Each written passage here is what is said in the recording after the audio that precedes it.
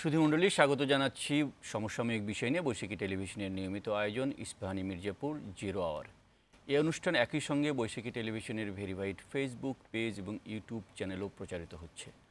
আজ আমরা আলোচনা করব প্রশ্ন ফাঁসের ঘটনা নিয়ে, যার শিরোনাম দিয়েছি প্রশ্ন ফাঁস, সম্পদ ফাঁস, দুর্নীতি নিয়ে হাঁসফাঁস। এই আলোচনার শিরোনামে আজকে দুজন অতিথি আমার এই আলোচনায় অংশ নিচ্ছেন, স্টুডিওতে আছেন। তাদের সঙ্গে প্রথমে পরিচয় করে দিচ্ছি। আমার হাতের ডানে প্রথমে রয়েছেন ঢাকা বিশ্ববিদ্যালয়ের আইন বিভাগের অধ্যাপক শেখ হাফিজুর রহমান কার্জন এবং রয়েছেন দুর্নীতি দমন কমিশনের প্রধান কৌশলী আইনজীবী খুরশিদ আলম খান। আপনাদের দুজনকেই স্বাগত জানাচ্ছি আমাদের এই মধ্যরাতের আয়োজনে। আমরা আলোচনার বিষয়বস্তু নিয়ে শুরু করবার আগে একটু দেখতে চাই আজ বৈশাখী টেলিভিশনে প্রচারিত প্রধান প্রধান সংবাদ শিরোনামগুলো। চীনের সাথে ব্যবসা বাড়াতে দেশের বেসরকারি উদ্যোক্তাদের নতুন অংশীদার খুঁজতে হবে, বেইজিংয়ে বিনিয়োগ সম্মেলনে বলেছেন প্রধানমন্ত্রী। সরকারি চাকরির কোটা বাতিলের বদলে এখন সংস্কার চায় আন্দোলনকারীরা। কাল সড়ক রেল অবরোধ করবে, শিক্ষক শিক্ষার্থীদের আন্দোলনে জনগণের বিশ্ববিদ্যালয়ে স্থবিরতা। আন্দোলন করা শিক্ষকদের গণতান্ত্রিক অধিকার বলেছেন শিক্ষামন্ত্রী। অরাজনৈতিক আন্দোলনে ভর করে সরকার হটানোর দুরভিসন্ধিতে বিএনপি বলেছেন ওবায়দুল কাদের। পিএসসির প্রশ্ন ফাঁসে গ্রেপ্তার 17 জনের ব্যাংক হিসাব জব্দ, সবাই জেলে। অপরাধ স্বীকার করা পিএসসির 5 কর্মকর্তার সাময়িক বরখাস্ত। এবং দেশে ব্যাংকগুলোতে খেলাপি ঋণ বেড়ে 2 লাখ কোটি টাকার কাছাকাছি। কেন্দ্রীয় ব্যাংক সহ ব্যাংকিং খাতের দুর্বল ভূমিকাকে দুষছেন বিশ্লেষকরা। শিরোনামগুলো দেখছিলাম, একদিকে কোটা আন্দোলন, একদিকে পেনশনের আন্দোলন, তার মধ্যে দেশ জুড়ে এখন নতুন আলোচনা প্রশ্নপত্র ফাঁস। পিএসসির প্রশ্নপত্র, সরকারি বিভিন্ন উচ্চ পদের নিয়োগের প্রশ্নপত্র ফাঁস হচ্ছে। সিআইডির একটি তদন্ত রিপোর্টে বলা হয়েছে গত 12 বছরে অন্তত 30টি পরীক্ষার প্রশ্নপত্র ফাঁস হয়েছে এবং এই প্রশ্নপত্র ফাঁসের সঙ্গে যারা জড়িত তাদের কয়েকজনকে 17 জনকে গ্রেপ্তার করেছে এবং তাদের বিপুল বিত্ত বৈভবের খবর গণমাধ্যমে প্রকাশিত হচ্ছে। আমরা এই বিষয়ের আলোচনার জন্যই শিরোনাম করেছি প্রশ্ন ফাঁস, সম্পদ ফাঁস, দুর্নীতি নিয়ে হাঁসফাঁস। আমরা আলোচনাটা শুরু করতে চাই শেখ হাফিজুর রহমান কার্জন, আপনার কাছ থেকেই করি, নাকি খুরশিদ আলম খান? খুরশিদ আলম খান, আপনার কাছে একটু খুব সরল সহজ প্রশ্ন করি। প্রশ্নপত্র ফাঁস তো নিঃসন্দেহে একটি ফৌজদারি অপরাধ। এই ফৌজদারি অপরাধের সঙ্গে যারা জড়িত এবং এর মাধ্যমে যারা বিপুল বিত্ত বৈভবের গড়েছেন, 100 কোটি টাকার সম্পদ আছে বলেও খবরে আমরা জানতে পারছি, এই অপরাধ করা দুর্নীতির মধ্যে পড়ে কিনা? জি, আপনাকে ধন্যবাদ সহ আলোচক অধ্যাপক মহোদয়। দেখুন, প্রশ্ন ফাঁস তো 2-3 ধরনের অপরাধের মধ্যে পড়ে। আমাদের এখানে পাবলিক এক্সামিনেশন একটা আইন আছে সম্ভবত 1980 সনে, 79 কি 80, সেখানে কিন্তু স্পেসিফিক বলে দেওয়া আছে কিভাবে আপনার ফাঁস করলে হবে না হবে, মানে আপনার প্রসিডিউরগুলো বলে দেওয়া আছে। তবে সেগুলো আমরা দেখছি, আমি বেশ কয়েকটা মামলাও করেছি, সেগুলি ডকুমেন্টারি প্রমাণ করা খুবই কঠিন ব্যাপার। ডকুমেন্টারি প্রমাণ করেন, দেখুন আমি যখন এসএসসি পাস করছি বা আমি যখন এইচএসসি পাস করছি, আমি যখন স্কুলে পড়তাম বা ইউনিভার্সিটিতে পড়তাম, এই জিনিসগুলো আমরা কখনো শুনিও নি। এই যে প্রশ্ন ফাঁস হচ্ছে, আগে থেকে সব ওই মোবাইলে চলে যাচ্ছে, এগুলি নতুন গত 10 থেকে 12 বছর যাবৎ। তো ওটা একটা অপরাধ, ওটা প্রমাণ করা অত্যন্ত কঠিন ব্যাপার এই কারণে যে ডকুমেন্টারি এভিডেন্সগুলি যদি আপনি ওরাল এভিডেন্স দিয়ে প্রুভ করতে না পারেন, আমাদের আইনে একটা কথা আছে বেনিফিট অফ ডাউট, সে অনেক ট্রেডিশনাল ভিউ, সেই ভিউতে কিন্তু আপনি অ্যাকুইটাল হয়ে যান। হয়তো নিচের কোর্ট সাজা দিল, উপরে এসে দেখলো যে না, এটা তো প্রুফ করে নাই। আর এই কাজটা হয় একটা সিন্ডিকেটের মাধ্যমে। এটা প্রশ্ন ফাঁস কেউ একা করতে পারে না, নেভার, কারোর পক্ষে একা সম্ভব না, কারণ এটা একটা পাবলিক ডকুমেন্ট। একটা প্রশ্ন মানে একটা পাবলিক ডকুমেন্ট, সে বিশ্ববিদ্যালয়ের প্রশ্ন হোক, এইচএসসির প্রশ্ন হোক, স্কুলের প্রশ্ন হোক, তো একটা কাস্টডিতে থাকে এবং এই কাস্টডির দায়িত্বে 4-5 জন লোক থাকে, ওনাদের একটা সুপারভাইজিং অথরিটি থাকে, সর্বোপরি প্রতিষ্ঠান প্রধান থাকেন। এটা আমরা যদি লিঙ্কটা দেখি, সবারই এখানে একটা আইদার লিঙ্ক আছে অথবা নেগলিজেন্স আছে। হ্যাঁ, এই দুটোর যে কোনো একটা থাকবে। নেগলিজেন্স থাকাটাও কিন্তু একটা অপরাধ আইনের দৃষ্টিতে। এটা গেল নর্মাল পাবলিক এক্সামিনেশন যে অ্যাক্টের আওতায়। এরপরে উনি যদি পাবলিক সার্ভেন্ট হন, যিনি প্রশ্ন ফাঁস করেছেন, উনি যদি পাবলিক সার্ভেন্ট হন, যেমন পিএসসিতে যারা হয়েছে ওরা তো সবাই পাবলিক সার্ভেন্ট, একটা সরকারি প্রতিষ্ঠান, তাহলে এটা মিসকন্ডাক্ট হবে। প্রিভেনশন অফ করাপশন অ্যাক্ট 1947 5(2) 5(2)তে আপনাকে সাজা দেওয়া হয় যদি 5(1)(d)(e) প্রমাণ করা যায়, abusing his power, abusing misuse of power আর আদারওয়াইজ শব্দটা দিয়ে অনেক কিছু বোঝা যায়। তো একটা পাবলিক সার্ভেন্ট মিসকন্ডাক্ট এর মধ্যে এটা অটোমেটিক এসে যায় এবং সেগুলো প্রুফ করা অনেক ইজি, যেটা প্রশ্নপত্র ফাঁসের আপনার ক্রিমিনাল প্রসিকিউশনের চাইতে মিসকন্ডাক্টটা প্রুফ করা অনেক সোজা, কারণ এই মিসকন্ডাক্টের ডেফিনিশন এত হোয়াইট সিন্স 1947 ইন্ডিয়াতে বলেন, পাকিস্তানে বলেন, আমাদের বাংলাদেশে এটা পাবলিক সার্ভেন্টের মিসকন্ডাক্ট অহরহ হচ্ছে এবং এর সঙ্গে থাকে অ্যাভেটমেন্ট 109 পেনাল কোড। এটা প্রমাণ করা খুবই আমার মনে ইজি। আরেকটা জিনিস দেখলাম গুরুত্বপূর্ণ খবর, তাদের ব্যাঙ্ক অ্যাকাউন্ট জব্দ করেছে। এই ব্যাঙ্ক অ্যাকাউন্ট কি জব্দ করেছে বিএফআইইউ না সিআইডি? সিআইডি তো সরাসরি ব্যাঙ্ক অ্যাকাউন্ট জব্দ মনে হয় করতে পারে না, এটা বিএফআইইউ যে ওই থ্রু ওই প্রসেস কেন্দ্রীয় ব্যাংকের মাধ্যমে। হ্যাঁ, বিএফআইইউ কেন্দ্রীয় ব্যাংক আসলে আদালতের আদেশে, হ্যাঁ আদালতের আদেশে পারে, অথবা বিএফআইইউর আলাদা একটা ক্ষমতা আছে, বাংলাদেশ ফিনান্সিয়াল ইন্টেলিজেন্স ইউনিট। আমরা সবাই বলি বাংলাদেশ ব্যাংক, আসলে বাংলাদেশ ব্যাংকের ভিতরে আরেকটা স্ট্যাটিউটরি বডি আছে, ক্রিয়েচার অফ স্ট্যাটিউট। এটা হয়েছে 2015-এ, যাকে আমরা আগে এফআইইউ বলতাম, এখন বিএফআইইউ। হ্যাঁ, আর্থিক অপরাধ বিষয়ক যারা অনুসন্ধান করে, হ্যাঁ, তখন ওখানে ওরা 30 days প্রথম একটা ব্যাংক অ্যাকাউন্ট জব্দ করতে পারে, তাদের অ্যাডমিনিস্ট্রেটিভ পাওয়ার আছে। এক্ষেত্রে যেটি হয়েছে যে আপনি জানেন যে গতকাল যে যাদেরকে আটক করা হয়েছে তাদের আদালতে নেওয়া হয়েছে এবং এদের মধ্যে 6 জন স্বীকারোক্তিমূলক জবানবন্দি দিয়েছে এবং একই সঙ্গে পুলিশ প্রতিবেদন দিয়েছিল যে এদের সম্পদ ব্যাংক অ্যাকাউন্ট জব্দ করার। হ্যাঁ, তাইলে এটা আদালত হবে, কিন্তু বিএফআইইউর আলাদা অ্যাডমিনিস্ট্রেটিভ পাওয়ার আছে, ওরা 30 দিন করে 7 বার জব্দ করতে পারে।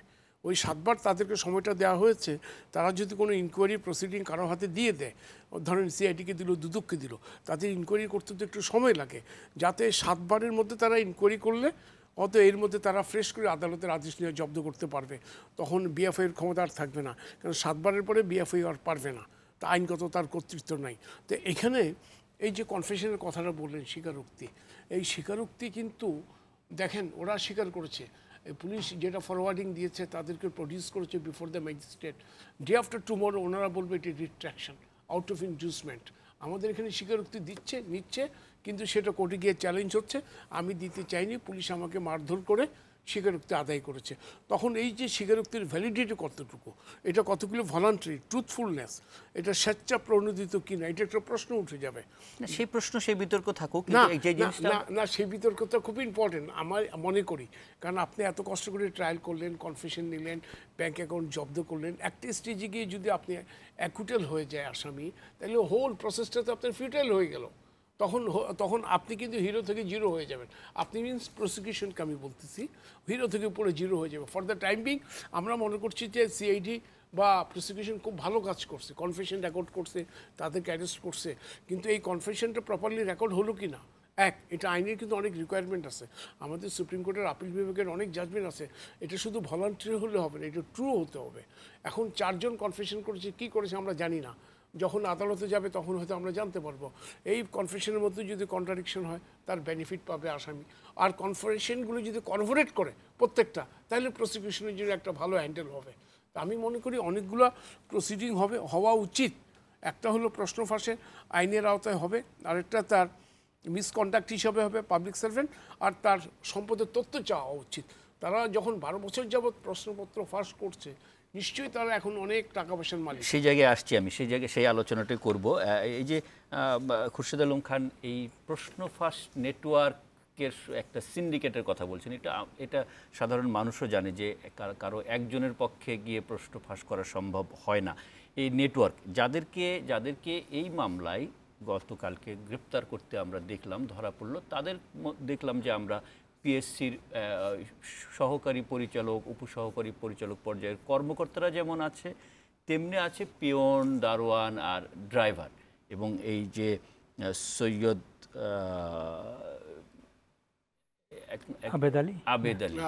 আবেদ আলী একজন ড্রাইভারের, তার তো গত কয়েকদিন থেকে সামাজিক যোগাযোগ মাধ্যম বলুন, গণমাধ্যম বলুন, শত কোটি টাকার সম্পদের বিবরণ আসছে। আপনি কি মনে করেন যে এই যে সিন্ডিকেট, এই যে ড্রাইভার, পিয়ন, একটা তৃতীয় শ্রেণীর বা দ্বিতীয় শ্রেণীর কর্মকর্তা, এর সঙ্গে এদেরই দায়, এর ওপরের দিকের কারো দায় নেই? না, দায় তো থাকবেই। কারণ আপনি যখন একটা পরীক্ষা হয় সেটা একটা প্রক্রিয়ার মধ্য দিয়ে হয়। ধরেন আমি শিক্ষক হিসেবে 150 কিংবা 200 স্টুডেন্টের একটা পরীক্ষা নিচ্ছি। তো কম্পিউটারে আমি বসে একটা প্রশ্ন করলাম। হ্যাঁ, প্রশ্নটা করার পরে মানে এটা যদি একদম সিঙ্গেল এক্সামিনার পরীক্ষা হয় তাহলে পরে আমার উপরে সব কিছু, আর এটা যে ডাবল এক্সামিনার হয় তাহলে পরে আমি একজন করলাম, আরেকজন করলো, করার পরে আরেকটা বোর্ড সেটা মডারেশন করলো, মডারেশন করার পরে সেটা ছাপা হলো, ছাপা হওয়ার পরে একটা জায়গায় থাকলো, সেখান থেকে আপনি একজন বহন করে এনে পরীক্ষার প্রশ্নপত্রটা দেবে। এটা ধরেন যদি অল্প স্টুডেন্ট হয়, কিন্তু সেটাই বলছি, আমি আসছি যখন আপনার অ্যাডমিশন টেস্ট হয় হাজার হাজার স্টুডেন্ট কিংবা এসএসসি এইচএসসি বিসিএস এর প্রশ্ন ধরুন, হ্যাঁ, তো তখন সেটা হয় যে একটা প্রক্রিয়ার মধ্য দিয়ে যে আপনার কি কি সাবজেক্ট, হ্যাঁ, যে আমাদের ঢাকা বিশ্ববিদ্যালয়ে যেমন হয় যে আপনার সাধারণ জ্ঞান, ইংরেজি, বাংলা, তারপরে অন্যান্য যেগুলো থাকে, তো প্রত্যেকটা বিষয়ে অনেক শিক্ষকের কাছে প্রশ্নটা চাওয়া হয়। সেই প্রশ্ন নিয়ে আরেক দল শিক্ষক বসেন মডারেশন করার জন্য। তারপর মডারেশন হয়ে যে কোশ্চেনটা হয় সেইটা আপনার ফাইনালি ছাপা হয়।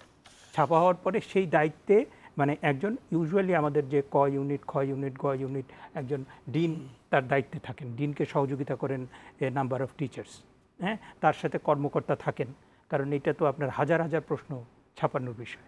সুতরাং আপনি যে প্রক্রিয়ার মধ্য দিয়ে করছেন, যে প্রথমে প্রশ্নপত্রটা প্রণয়ন, তারপরে সেটা মডারেশন করার পরে সেই প্রশ্নপত্রটাকে আপনি টাইপ করবেন। আগে তো টাইপ ছিল, এখন তো কম্পিউটার, এখন কম্পিউটার কম্পোজ করে আপনি সেটাকে প্রিন্ট আউট দিয়ে বের করে সেটাকে আপনি ছাপাতে যাবেন। হ্যাঁ, সেই ছাপানোর যে প্রক্রিয়া, তারপরে সেই ছাপানো হাজার হাজার প্রশ্ন আপনি একটা জায়গাতে, একটা ট্রাঙ্কের ভিতরে কোনো একটা জায়গাতে আপনি রাখবেন। রাখার পরে যেদিন পরীক্ষা সেখানে আপনি সকালবেলা, আমরা যেটা হয় যে আমাদের যে পরীক্ষাগুলো অ্যাডমিশন টেস্টে সকালবেলা আমাদের গাড়িতে করে শিক্ষক থাকে, কর্মকর্তা থাকে, আমরা এইভাবে কিন্তু বছরের পর বছর কখনো কখনো প্রশ্নপত্র ফাঁস হয়েছে, এবং যখন আমরা একদম মানে আপনার পোটেনশিয়াল এভিডেন্স পেয়েছি। না, কিন্তু এই যে বড় পাবলিক এক্সামিনেশনগুলোতে আপনি ধরুন না রেলওয়ের যে উপসহকারী পরিচালক নিয়োগ হয়েছে সেই পরীক্ষার, অথবা যেই প্রশ্নগুলো ফাঁস হয়েছে, এখানে তো বলা হচ্ছে যে এটা একটা সাথে সিকিউরিটি প্রিন্টিং প্রেসে ছাপা হয় সরকারি, তারপরে এটা যদি ডিস্ট্রিক্ট লেভেলে যায় ট্রেজারিতে থাকে, তার মানে খুব সিকিউর জায়গায় থাকে। এবং পিএসসির এই যারা জড়িত বলে গ্রেপ্তার হয়েছে তারা তো বলেছে যে তাদের কর্মকর্তার কক্ষে ট্রাঙ্ক, আপনি যেটা বলছিলেন, ট্রাঙ্কের ভিতর থেকে প্রশ্ন বের করে তারপর দেওয়া হয়েছে। তার মানে কি যে এই রাঘব বোয়ালরা উচ্চ পদে যারা আছেন তারা এখন জড়িত, এবং তারা কিন্তু ধরাছোঁয়ার বাইরে থাকছে কেন? না না, সেইটা ধরাছোঁয়ার বাইরে থাকা উচিত না। এবং এই যে আমি যেটা বললাম যে যত বড় পরীক্ষা তার প্রক্রিয়াটা তত বেশি আপনার সূক্ষ্ম এবং জটিল, অনেক জটিল, এবং আপনার এইটার সাথে অনেক বেশি লোক জড়িত থাকে। এবং যিনি প্রধান দায়িত্ব হিসেবে মানে প্রধান হিসেবে দায়িত্ব পালন করেন, যে পাবলিক সার্ভিস কমিশন একজন কর্মকর্তা, আমাদের বিশ্ববিদ্যালয়ে একজন ডিন, কিংবা এসএসসি পরীক্ষা, এইচএসসি পরীক্ষা যখন হয় তখন বোর্ডের যারা দায়িত্বরত কর্মকর্তা, তাদের সাথে ইউএনও, তারপর পুলিশ, তারপরে ডিসি, সবাই কিন্তু থাকেন। এখন বিষয়টা হচ্ছে কি যে আপনি মানে ওই যে ইনফরমেশন টেকনোলজি চলে আসার পরে যে আপনি যে প্রক্রিয়ার মধ্য দিয়ে যে আপনি একটা প্রশ্নপত্রটা আপনি সবসময় পাহারা দিয়ে রাখতে পারবেন না, একটা প্রক্রিয়ার মধ্য দিয়ে আপনাকে ওইটাকে মানে প্রিন্ট আউট বের করতে হবে, ছাপাতে হবে। তো ওইটার ভেতরে আপনার পাশে যে মানে অফিস সহকারী, সে যদি এটা দেখে ফেলে, কিংবা সে যদি একটা মোবাইল ফোনে ছবি তুলে নেয়, হ্যাঁ, কিংবা যাকে আপনি বহন করার দায়িত্বে দিচ্ছেন, কারণ আপনার যেটা বললাম যে অল্প স্টুডেন্ট হলে তো আপনি একজনই পারেন, কিন্তু বেশি হলে কিন্তু এই প্রক্রিয়াটা বিশাল একটা প্রক্রিয়া। এবং সেইখানে কিন্তু যারা এটার দায়িত্বে থাকবেন এবং যে প্রক্রিয়ার মধ্যে যে আপনি যে প্রক্রিয়াতে ছাপা হয়, ছাপা তো আর কর্মকর্তা করেন না, ছাপাখানার যে কর্মকর্তা মানে যারা ছাপায়, মানে যারা একদম প্রিন্টিংয়ের সাথে জড়িত, তারা তো একদম মানে শেকড় পর্যায়ের লোকজন, একদম মাঠ পর্যায়ের লোকজন। এখন তাদের মধ্যে থেকে কেউ যদি, কারণ যারা এটা প্রকাশ করে, ফাঁস করে, তারা কিন্তু ওদের সাথেই যোগাযোগ করে, এবং যোগাযোগ করে এই যে টেকনোলজির মধ্য দিয়ে এই যে আপনার এটা হয়েছে। এবং এখন ধরেন যে টেকনোলজি যেরকম এসছে, আবার টেকনোলজি দিয়ে আপনি এটাকে প্রতিরোধও করতে পারেন। কারণ একটা মেডিকেল অ্যাডমিশনের কথা শুনলাম যে সেখানে যেটা করেছে তারা, যে এক্সামিনেশন একটা সেন্ট্রাল সার্ভার, একটা যে এক্সামিনেশন সেন্ট্রাল সার্ভার থাকবে, ওখান থেকে আপনার আধা ঘন্টা আগে প্রত্যেকটা সেন্টারে আপনার তার যে কম্পিউটার কিংবা ট্যাব সেখানে চলে যাবে, সেখানে সেটা প্রিন্ট করে পরীক্ষার্থীদের দেওয়া হবে। এইটা নাকি একটা ফল পাওয়া না, গেছে। তার মানে একটা জিনিস পরিষ্কার যে আপনারা যেটা বলছেন যে টেকনোলজির উন্নতির ফলে অপরাধের ধরন বদলেছে এবং এই পদ্ধতিগত এর মধ্যেও ত্রুটি রয়েছে।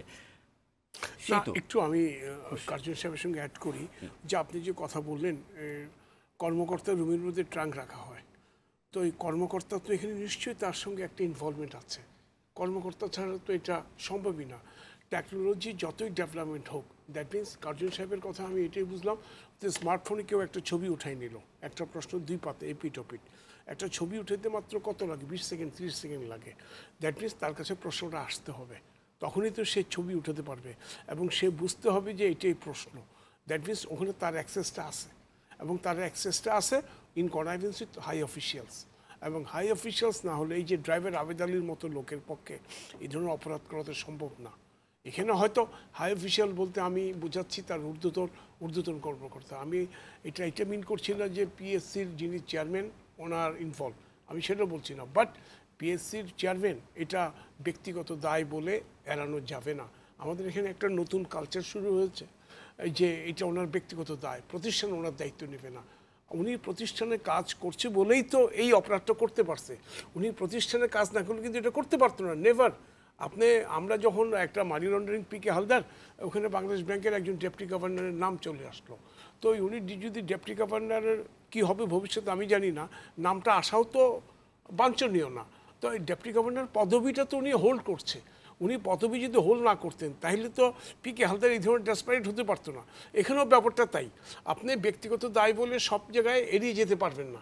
প্রাতিষ্ঠানিক একটা দায়িত্ব আছে। পাবলিক সার্ভিস কমিশনের যিনি চেয়ারম্যান বা ওখানে যারা মেম্বার্স, তাদের একটা স্পেসিফিক ভাবে একটা বক্তব্য থাকা উচিত এইভাবে, এবং ডিপার্টমেন্টে একটা প্রসিডিং করা উচিত।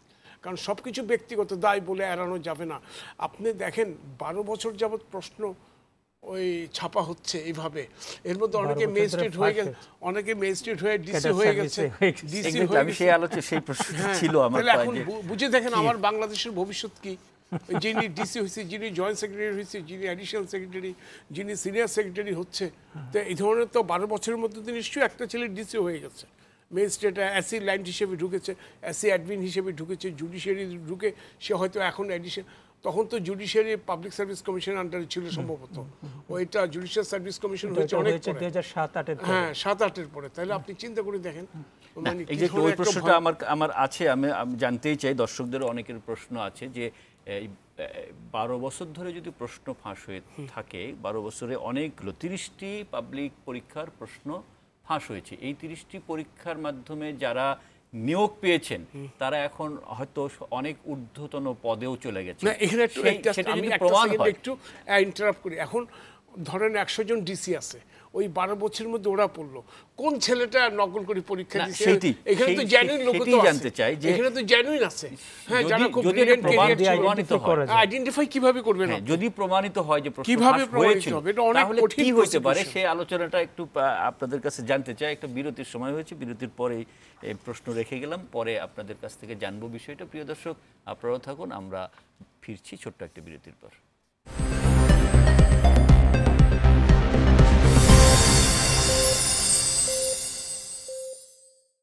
বিরতির পর আর একবার স্বাগত। ইস্পাহানী মির্জাপুর 0 আওয়ারে আমরা আলোচনা করছিলাম প্রশ্ন ফাঁস, সম্পদ ফাঁস, দুর্নীতি নিয়ে হাঁসফাঁস। আমাদের সঙ্গে রয়েছেন দুর্নীতি দমন কমিশনের প্রধান কৌশলী খুরশিদ আলম খান এবং ঢাকা বিশ্ববিদ্যালয়ের আইন বিভাগের অধ্যাপক শেখ হাফিজুর রহমান কার্জন।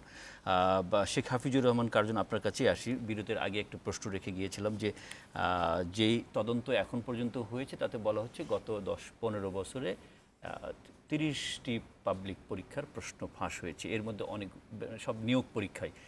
এই নিয়োগ পরীক্ষার প্রশ্ন ফাঁস হওয়ার ঘটনা যদি প্রমাণিত হয় তাহলে ওই পরীক্ষাগুলো প্রশ্নের মুখে পড়বে কিনা, এবং ওই পরীক্ষায় উত্তীর্ণ হয়ে যারা নিয়োগ পেয়েছিলেন সেই সময়, এখন যারা আরও হয়তো ওপরের দিকে রয়েছেন, তাদের নিয়োগ কি প্রশ্নের মুখে পড়বে কিনা, আইনি দৃষ্টিতে কি বলে? না, বিষয়টা হচ্ছে যে আমরা তো অনেকগুলো নজির আমরা দেখি যে ঢাকা বিশ্ববিদ্যালয় সহ অন্যান্য জায়গাতে যখন প্রশ্নপত্র ফাঁসের অভিযোগটা এসছে এবং পোটেনশিয়াল এভিডেন্স আমরা পেয়েছি, ওটা বাতিল করা হয়েছে। এবং আপনি বিসিএস এর ভেতরে 24তম বিসিএস এর প্রিলিমিনারি পরীক্ষা বাতিল করা হয়েছিল, আপনার 27তম বিসিএস এর ভাইভা বাতিল করা হয়েছিল। হ্যাঁ, তা আপনি যদি সেটা মানে এখানে বিষয়টা হচ্ছে যে এইখানে যারা পরীক্ষা দিয়েছেন সবাই যে আপনার প্রশ্নপত্র কিনে সেই আগে যে প্রশ্নপত্র পেয়েছিলেন সেইটা দেখে পাশ করে তারপরে নিয়োগ পেয়েছেন তা কিন্তু না, কারণ অনেক মেধাবীও সেখানে নিয়োগ পেয়েছেন। কিন্তু আমার প্রশ্নটা হচ্ছে যদি সম্ভব হয়, কারণ যে প্রশ্নটা এসছে is very unfortunate for the whole Public Service Commission এবং BCS cadre. It will stigmatize, মানে পুরো স্টিগম্যাটাইজ করবে এবং একই সাথে মানে ক্যাডার সার্ভিসের যে একটা ইন্টিগ্রিটি সেটা কিন্তু মানে ভালো রকমভাবে প্রশ্নবিদ্ধ হবে। এবং আপনি যদি তাকে আইডেন্টিফাই করতে পারেন তাহলে ব্যবস্থা নেওয়াটা খুবই দরকার। আমি আমাদের ঢাকা বিশ্ববিদ্যালয় সহ বিভিন্ন বিশ্ববিদ্যালয়ের উদাহরণ দেই। আমাদের এখানে প্ল্যাগিয়ারিজমের কারণে আমাদের কয়েকজন শিক্ষককে যারা অ্যাসোসিয়েট প্রফেসর ছিলেন তাদেরকে অ্যাসিস্ট্যান্ট প্রফেসর করা হয়েছে, যারা অ্যাসিস্ট্যান্ট প্রফেসর ছিলেন তাদেরকে লেকচারার করা হয়েছে, কারো কারো চাকরি চলে গেছে। সুতরাং আপনি যদি সব জায়গায় আপনি দেখবেন যে পুলিশের ভেতরেও অনেক কিন্তু আমরা এই ইনফরমেশনগুলো অনেক সময় আসে না, ডিপার্টমেন্টাল অ্যাকশন এমনভাবে নেওয়া হচ্ছে মানে শুধু উইথড্র না, যেখান থেকে প্রত্যাহার করা হলো, অমুক জায়গায় অ্যাটাচমেন্ট করা হলো, একদম আপনার সাসপেন্ড করা হয়েছে, টার্মিনেট করা হয়েছে। বিচারকদের মধ্যেও কিন্তু আপনার এরকম আপনার মিনিস্ট্রি থেকে এরকম করা হয়েছে যে আপনার গ্রস মিসকন্ডাক্ট কিংবা এরকম অনিয়ম ইসের জন্য এরকম আমি কিন্তু দেখেছি। হ্যাঁ, তো সুতরাং আপনার এটা যদি সম্ভব হয় আইডেন্টিফাই করা, হ্যাঁ, তাহলে পরে এটা ব্যবস্থা নেওয়াটা খুবই দরকার। জি, খুরশিদ আলম খান একই প্রশ্ন। না, আমি একটু ওনার সঙ্গে ডিফার করছি। আপনি কিভাবে আইডেন্টিফাই করবেন অ্যাজ এ আমার প্রশ্নটা, কারণ সব ছেলে তো নকল করে না। হ্যাঁ, আমি যখন এসএসসি পরীক্ষা দিচ্ছি তখন দেখলাম যে বেশ কয়েকজন ছেলে আমাদের আশেপাশে ওই ছোট ছোট কাগজে লিখে নিয়ে আসে, ওই খাতার ভিতরে ঢুকিয়ে রাখে, এবং আমরা বেশ অনেকজন আমরা এগুলো টাচই করিনি। হ্যাঁ, ধরেন আমরাও ফার্স্ট ডিভিশন পাইছি, ওনারাও ফার্স্ট ডিভিশন পাইছি। একটু ছোট্ট একটা ছোট্ট জিনিস একটু ক্লিয়ার হতে চাই আপনার কাছে, সেটা হলো যে নকল করা এবং এই প্রশ্ন ফাঁস অনেকটা কাছাকাছি, অনেকটা কাছাকাছি। এক সময় নকল হইতো যে আমরা দুটো তিনটা প্রশ্ন উত্তর পড়ে গিয়েছি, আচ্ছা একটা একটু কম পড়া আছে লিখে নিলাম, যদি ওটা চলে আসে এখান থেকে দিতে পারবো, অনেকটা কাছাকাছি এক ধরনের। আরেকটা হলো পুরো প্রশ্ন পেয়ে গেলাম, আমি বাইরে বসে উত্তর রেডি করে তারপরে এসে সেটা জমা দিলাম বা লিখে দিলাম। আর নকল করা এটা হয়তো 19-20 হবে, কিন্তু দুইটারই ফেট সেম। এখন আমি যেটা বলছি, কার্জন সাহেব যে কথাটা বলছেন স্টেপ নেওয়া উচিত। হ্যাঁ, ফাইন, আপনি কিভাবে ডিটেকশন করবেন যে কোনো যে কোনো ইনভেস্টিগেশনের প্রাইম কনসিডারেশনের ডিটেকশন, অপরাধের ডিটেকশন। আমরা বলি না মানি লন্ডারিং, ডিটেকশন করতে না পারলে আমি লন্ডারিং করতে পারবো না। আর্মস রিকভারি, হ্যাঁ 302, আমি তো সবসময় সার্কামস্টেন্সিয়াল এভিডেন্সের উপর ডিপেন্ড করতে পারবো না, আমাকে ডিটেকশন করতে হবে স্পেসিফিক ওভারটা একটা কার। এটা ইনভেস্টিগেটিং এজেন্সির প্রাইম কনসিডারেশন, প্রাইম দায়িত্ব। কিন্তু আমাদের ইনভেস্টিগেশন এজেন্সি এইটা কিভাবে করবে এটা তো আমার মাথায় আসছে না। কারণ 12 বছর আগে একটা ছেলে বিসিএস দিয়েছে এবং সব ছেলে প্রশ্ন পেয়েছে, এটা যেমন মেনে নেওয়া যাবে না। এবং সব ছেলেও কিন্তু এই প্রশ্ন ফাঁসটাকে অ্যালাউ করে না নৈতিকতার দিক থেকে। আমাদের দেশে যারা স্ট্যান্ড করা ছেলে ভালো রেজাল্ট করে এসে বিসিএস এক্সাম দেয়, তাদের কিন্তু ইন্টিগ্রিটি, মরালিটি অনেক উপরে। হ্যাঁ, কাজে মানে ওদের স্ট্যাটাসে একটা ছেলে এসে প্রশ্ন ফাঁস হলো ওটা নিয়ে এসে পরীক্ষা দিবে আমার কিন্তু মনে হয় না। হয়তো 2-4 জন হতে পারে, হয়তো 10 জন অ্যাডমিন ক্যাডারে হয়ে গেল, ওর মধ্যে একজন হয়তো প্রশ্ন ফাঁসে হয়ে গেল, ধরেন 9 আর 1।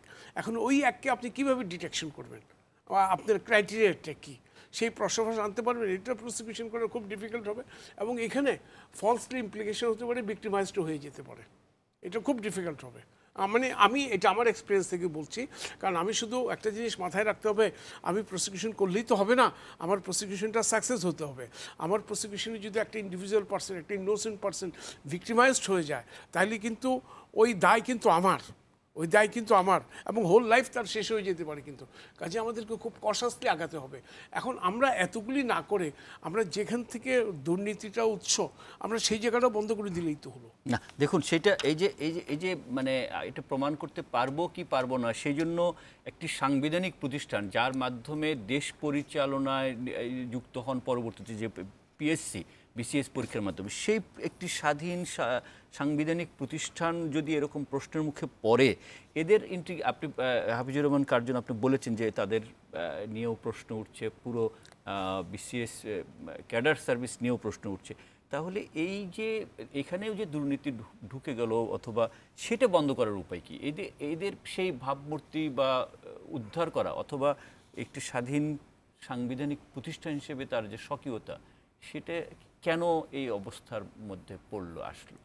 না, কোথায় দুর্বলতা? অ্যাডভোকেট খুরশিদ আলম যেটা বললেন খুবই যৌক্তিক।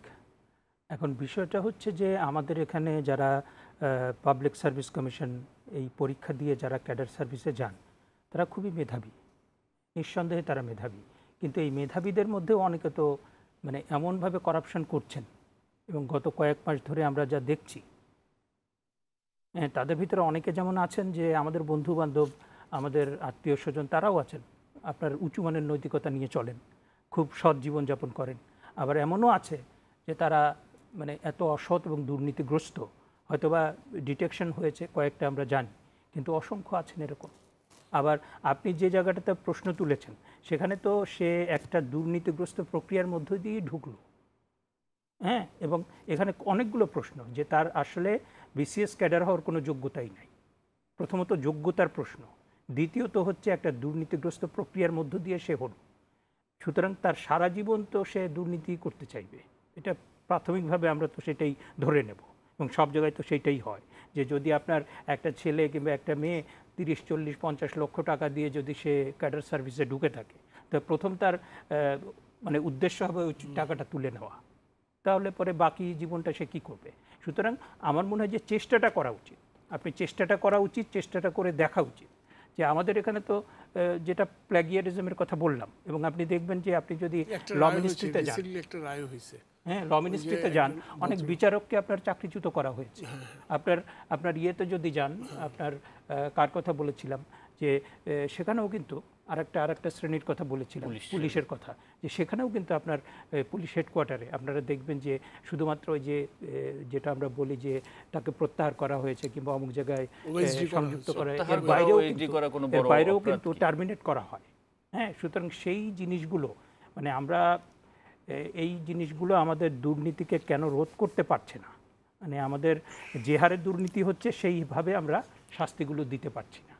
হ্যাঁ, এবং সমাজের ভিতরে মূল্যবোধের অবক্ষয় প্রচণ্ডভাবে শাস্তি দিতে না পারার তো একটা, আপনি যে প্রশ্নটা রাখছেন আমি খুরশিদ আলম আপনার কাছেই রাখি, যে দুর্নীতি দমন কমিশন দুর্নীতির প্রমাণ করতে পারছে না অথবা মামলাগুলো ঠিকমতো সাজাতে পারছে না, এই কারণে সাজা হচ্ছে না, নাকি অন্য কোনো দুর্বলতা সেখানে আছে?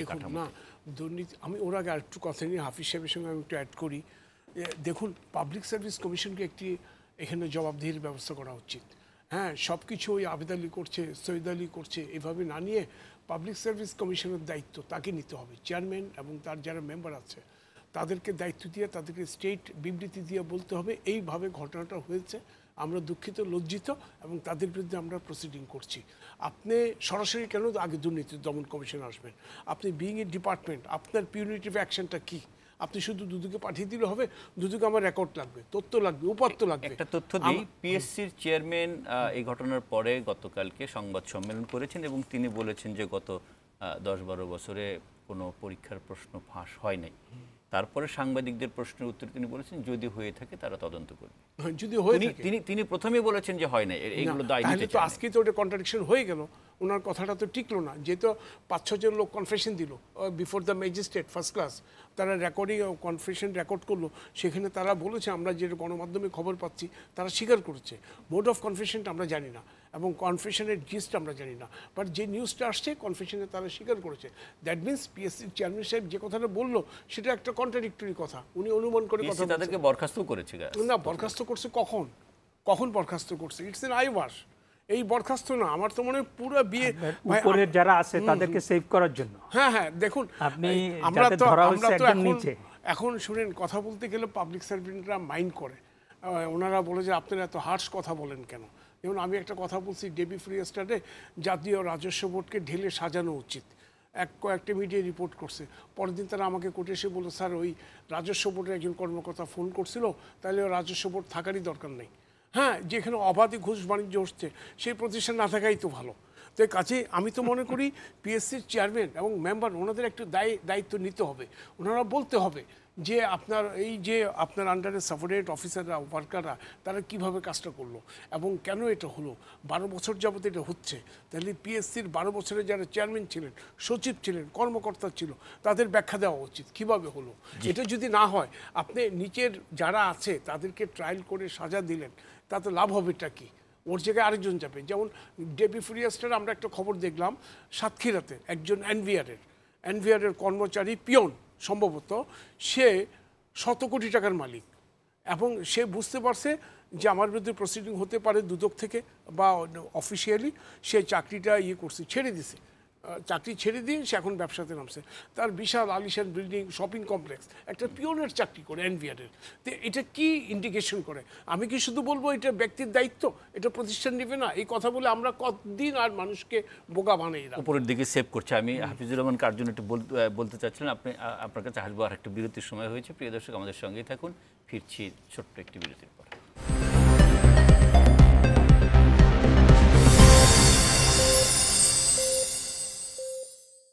বিরতির সময় আমাদের সঙ্গে থাকবার জন্য ধন্যবাদ। আমরা আলোচনার একেবারে শেষ পর্বে চলে এসেছি। শেখ হাফিজুর রহমান কার্জন একটু আগে বলছিলেন যে ওপরের দিকের লোকজনকে সেভ করবার জন্য একটা নিচের দিকের পিয়ন ড্রাইভারদের বিচার করা হয়, অথবা খুরশিদ আলম বলছিলেন যে এটা একটা আইওয়াশ। এই উপরের দিকের লোকজন, আমি যেটা আলোচনার শুরুতে বলছিলেন যে কেন তারা ধরাছোঁয়ার বাইরে থেকে যায়। না, সেটাই তো হচ্ছে, সেটাই তো আমাদের এখানে হচ্ছে এবং সেটা খুব দুর্ভাগ্যজনক। আপনি যখন দেখবেন যে কোনো একটা কর্মকাণ্ডের সাথে কোনো একটা দুষ্ট চক্র, যেটাকে আমরা সিন্ডিকেট বলি, সেই সিন্ডিকেটে কিন্তু নিচের পর্যায় থেকে উপর পর্যায় পর্যন্ত অনেক রকম লোকজন থাকে। এবং আমাদের এই প্রশ্ন ফাঁসের বিষয়টা 2015-16 পর থেকে ব্যাপকভাবে এমনভাবে শুরু হয়েছে যে মানে আমাদের শিক্ষা ব্যবস্থার যে হৃৎপিণ্ড সেটা খাবলে ধরেছে। এটা আগে ছিল না, এবং এটা এইভাবে ছিল না। এবং এটা আসলে যেটা হয়েছে যে এইখানে যতগুলো স্টেক হোল্ডার, যারা শিক্ষা প্রতিষ্ঠান, আইন শৃঙ্খলা রক্ষাকারী বাহিনী, গোয়েন্দা সংস্থা, সবটা, শিক্ষা মন্ত্রণালয়, যেখানে যাদের দায়িত্ব আছে, সবাই যদি আপনার তাদের দায়িত্বটা সুষ্ঠুভাবে পালন করে, তাহলে পরে কিন্তু এটা হয় না। এরকম কয়েকটা নজির কিন্তু আমরা পেয়েছি। সুতরাং এইটার সাথে আপনাকে বুঝতে হবে যে এইটার সাথে যেহেতু হাজার হাজার কোটি টাকার বাণিজ্য জড়িত, সুতরাং এটা মনে করার কোনো কারণ নাই যে একজন ড্রাইভার, একজন পিয়ন তারাই এটা করছে। তাদের পক্ষে এটা সম্ভব না, অসম্ভব। তারা এটা করলে তো যে কোনো সময় তারা ধরা পড়ে যেতে পারে।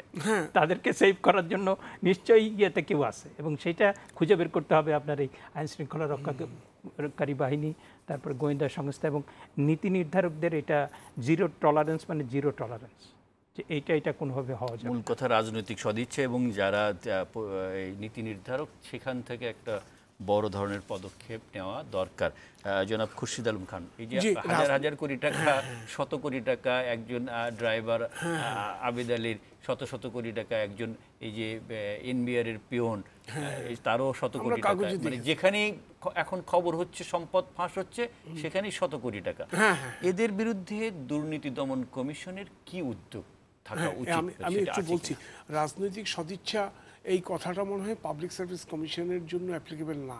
কারণ পাবলিক সার্ভিস কমিশন একটা ইন্ডিপেন্ডেন্ট বডি, কনস্টিটিউশনাল বডি, তার সিদ্ধান্ত কিন্তু সেই নেই। এবং আমার যদ্দূর মনে হয় কাজে কামে আমরা আইন কানুনের ভিতরে থেকে যা বুঝি, পাবলিক সার্ভিস কমিশনে কেউ ইন্টারফেয়ার করে না, নেভার। যেমন আমাদের দুদকের বিরুদ্ধে শত শত এলিগেশন আছে, সরকারি ইনস্টেন্সে হচ্ছে, যদিও এটা হচ্ছে না কিন্তু আসে, কিন্তু পাবলিক সার্ভিস কমিশনের এগেইনস্টে এটা আসে না কখনো। এটা রাজনৈতিক সদিচ্ছার চাইতে প্রাতিষ্ঠানিক দুর্বলতাটা আমার কাছে প্রকাশ পাচ্ছে বেশি। কারণ চেয়ারম্যান সাহেব গত একদিন আগে বললেন এই ধরনের ঘটনা ঘটেনি, অথচ যাদেরকে অ্যারেস্ট করা হলো তারা আজকে বলল যে এটা ঘটেছে, তারাই কাজটা করেছে। আপাতভাবে আমার কনফেশনাল স্টেটমেন্টটা মনে হবে এটা ভলান্টারি অ্যান্ড ট্রু। তাহলে হলোটা কি? তাহলে একটা বিশাল গ্যাপ আছে চেয়ারম্যান এবং সাবঅর্ডিনেট অফিসারদের জন্য।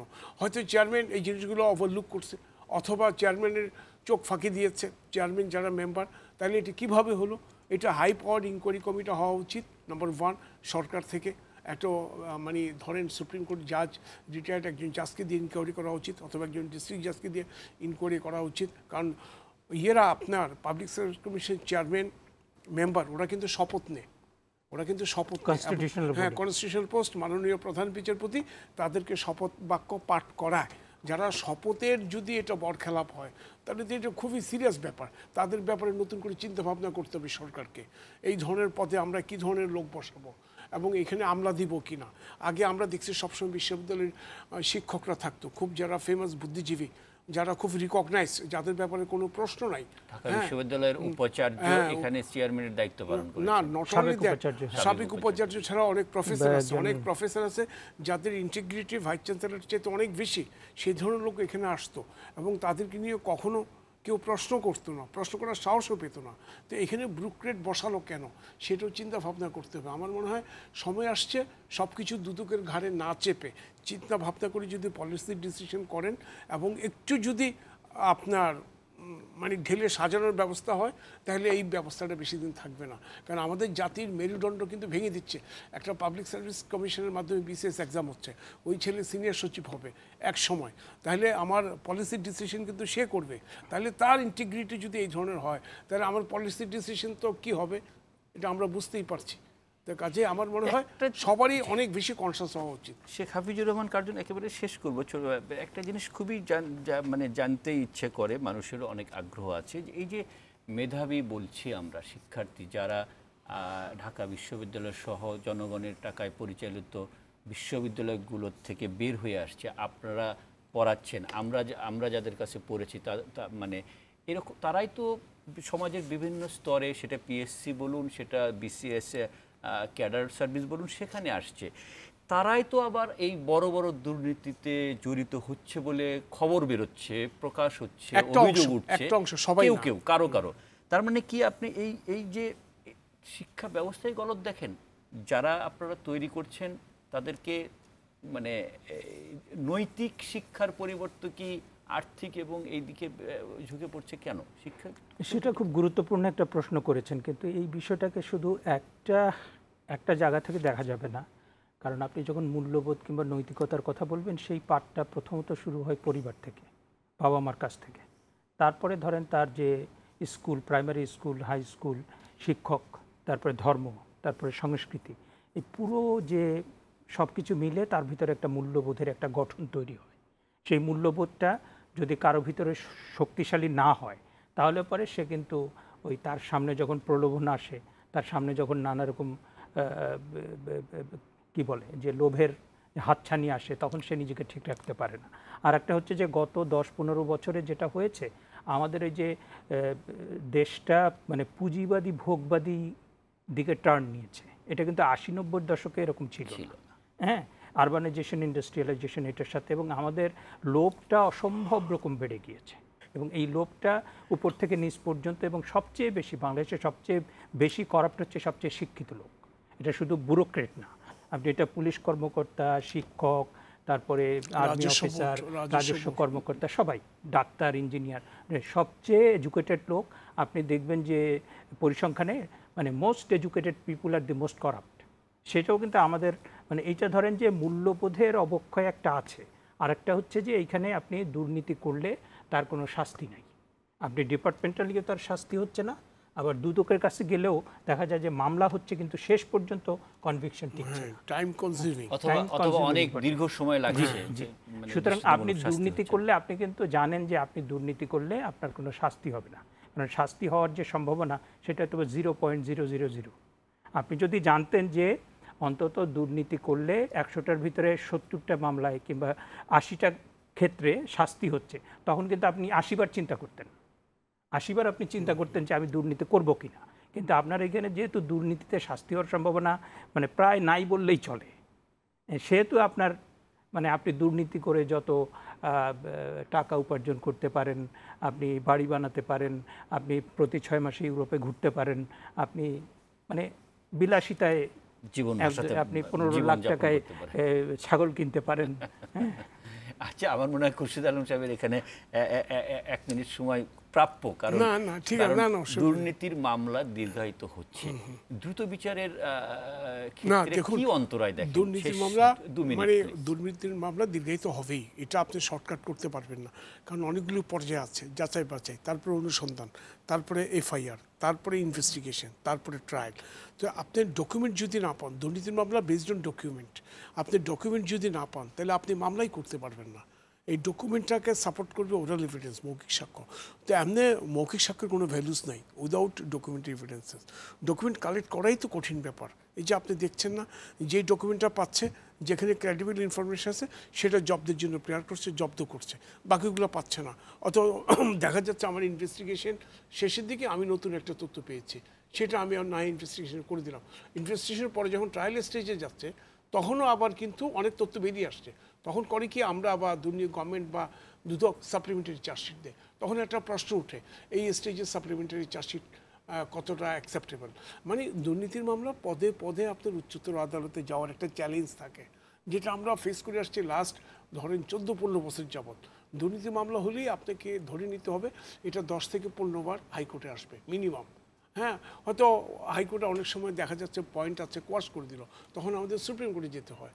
দ্যাট মিনস এই যে একটা সাইক্লিক অর্ডারে যে মামলাগুলো ঘুরতে থাকে, এটা অন্যতম একটা কারণ।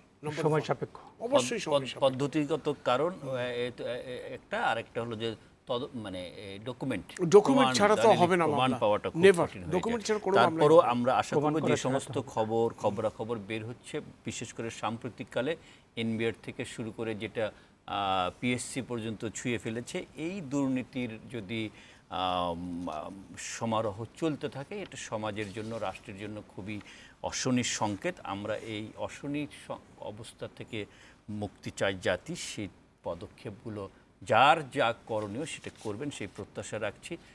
জনাব খুরশিদ আলম খান এবং শেখ হাফিজুর রহমান কার্জন, আপনাদের দুজনকেই অসংখ্য ধন্যবাদ আমাদেরকে সময় দেওয়ার জন্য। প্রিয় দর্শক, আপনাকে অসংখ্য ধন্যবাদ। আপনারা যারা এতক্ষণ জিরো আওয়ারের সঙ্গে ছিলেন, আলোচনা শুনছিলেন, আপনাদেরকে অনেক ধন্যবাদ। আগামীকাল আবার দেখা হবে। সে পর্যন্ত সবাই ভালো থাকুন। শুভরাত্রি।